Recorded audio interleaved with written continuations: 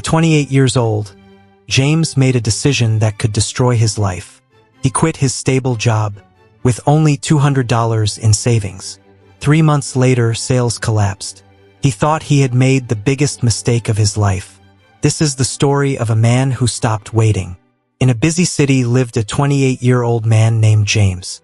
He worked in a small factory. His salary was just enough to survive. Every month, after rent and food, almost nothing was left. His friends sometimes asked, "James, you work so hard. When will your life change?" He smiled on the outside, but inside it hurt. One evening, walking home exhausted, James noticed something. An old man sat by the roadside, selling fresh juice from a small cart. The cart was simple, rusted wheels, faded paint, yet it was always surrounded by people. James bought a glass. The juice was fresh, delicious, different. "How long have you been doing this?" James asked. 15 years, the man said, smiling. "This small cart feeds my whole family." That sentence haunted James all night. If a small cart could feed a family, why was he afraid to try something small? But fear hit hard. "I don't have money. I don't know business. What if I fail?" His heart pounded. His mind spun. Then a quiet voice whispered, "At least try." The next morning, James made a decision. He would start something. Not big, just something. He had $200 saved. That was it. Instead of thinking about what he lacked, he looked at what people needed. Every morning, people rushed to work without proper breakfast. Cheap food was unhealthy. Healthy food was expensive. There was a gap. Then he remembered his mother's recipe for energy bars: oats, honey, nuts, dried fruits. Healthy, affordable, portable. That was it. He spent nearly all his savings on ingredients and simple packaging. Every night after work, he made bars in his tiny kitchen. The first batch, 50 bars. Next morning, he walked to nearby coffee shops. "Would you like to try a healthy energy bar?" he asked. Some didn't even look at him. Some laughed. One owner threw a bar into the trash right in front of him. "Not interested," he said. James froze.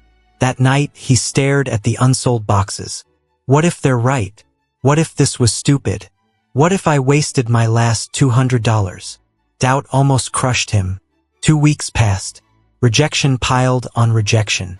Then one quiet cafe owner said, "Leave 20 bars. If they sell, I'll call you." James didn't celebrate. He had heard maybe before. 3 days passed. Nothing. On the 4th day, his phone rang. "They're sold out. Bring 50 more." For the first time in weeks, hope rose. But growth brought new problems. One batch spoiled because he measured wrong.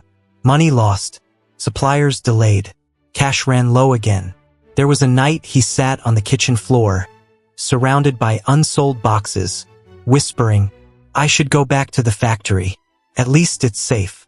Fear and doubt roared. But quitting guaranteed failure. He decided to try one more time. 6 months later, his side income matched his factory salary. A crossroads appeared. Stay safe or leap.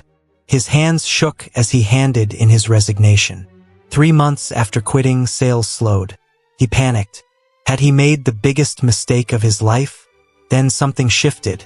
A cafe recommended him to another. Word spread. Within a year, he supplied over 100 locations. 3 years later, he employed 15 people. But the biggest gain wasn't money.